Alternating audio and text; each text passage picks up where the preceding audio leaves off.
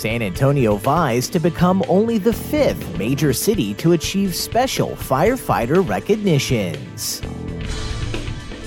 K9s for Warriors plans for new Alamo City expansion. And one of the oldest music stores in San Antonio and Texas turns 90.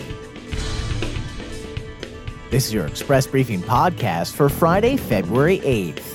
Subscribe to this and other free content at expressnews.com/podcasts. And get each day's top news and sports headlines delivered to your inbox at expressnews.com/newsletters.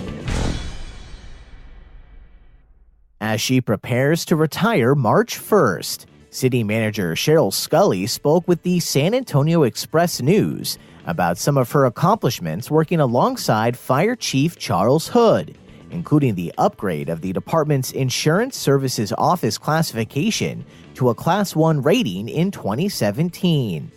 The upgrade in status was a boost to the department, but also citizens, as ISOs quantify the level of a city's fire protection and can affect property owners' insurance rates.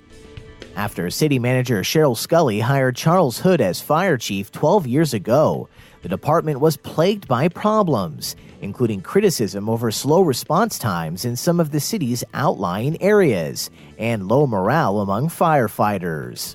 But early on, Scully and Hood decided on improving the department's ISO rating and also wanted the department to become accredited by the Commission on Fire Accreditation International.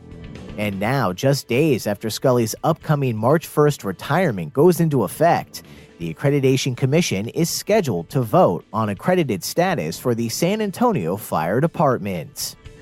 There are currently 73 fire departments, primarily in the U.S. and Canada, that have both an ISO Class 1 rating and accredited status, but only 4, Houston, El Paso, Denver, and Charlotte, North Carolina, are in major U.S. cities. If San Antonio joins their ranks, the special recognition would happen just as the city and firefighters union begin contract negotiations following a 4-year stalemate, including a legal battle and a union-led charter amendment campaign aimed in part at Cheryl Scully's pay and tenure. Last month, San Antonio leaders voted in favor of partnering with the nation's largest provider of services dogs for disabled American veterans. And now K9s for Warriors plans to build a new canine rescue and training center later this year on the Animal Care Services campus, greatly expanding their program to pair soldiers with service dogs trained to handle the symptoms of their traumas.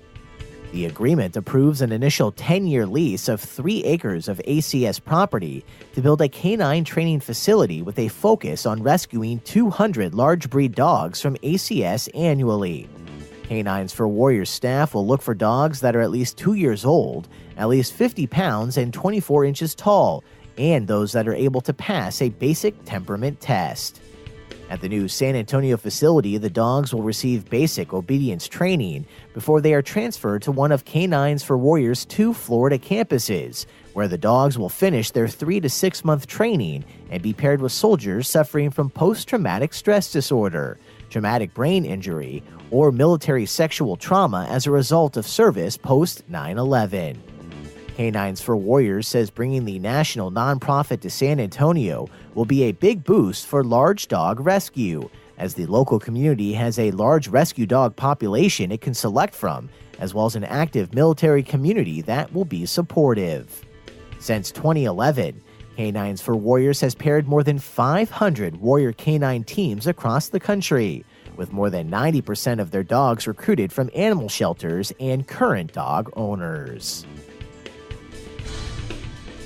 And after surviving the Great Depression, the oil and housing bust in the 1980s, and shifts in consumer spending that have forced businesses to downsize or close, this year the family-run Alamo Music Center turns 90, with customers noting their knowledgeable staff, local ties, and extensive inventory still make the business a go-to for both first-time players and seasoned musicians. President and CEO Zach Marr is part of the 4th generation of family members to run the business, since it was started by Alfredo Flores Sr. in 1929. Flores came to Texas as a child during the Mexican Revolution and started repairing and assembling pianos as a young man, eventually opening a store that changed names and location several times before moving to the store's downtown location at 425 North Main Avenue in the 1960s. Flores died in 2014, and today, his company is now one of the oldest surviving music stores in Texas. And that's your daily San Antonio Express briefing for Friday, February 8th.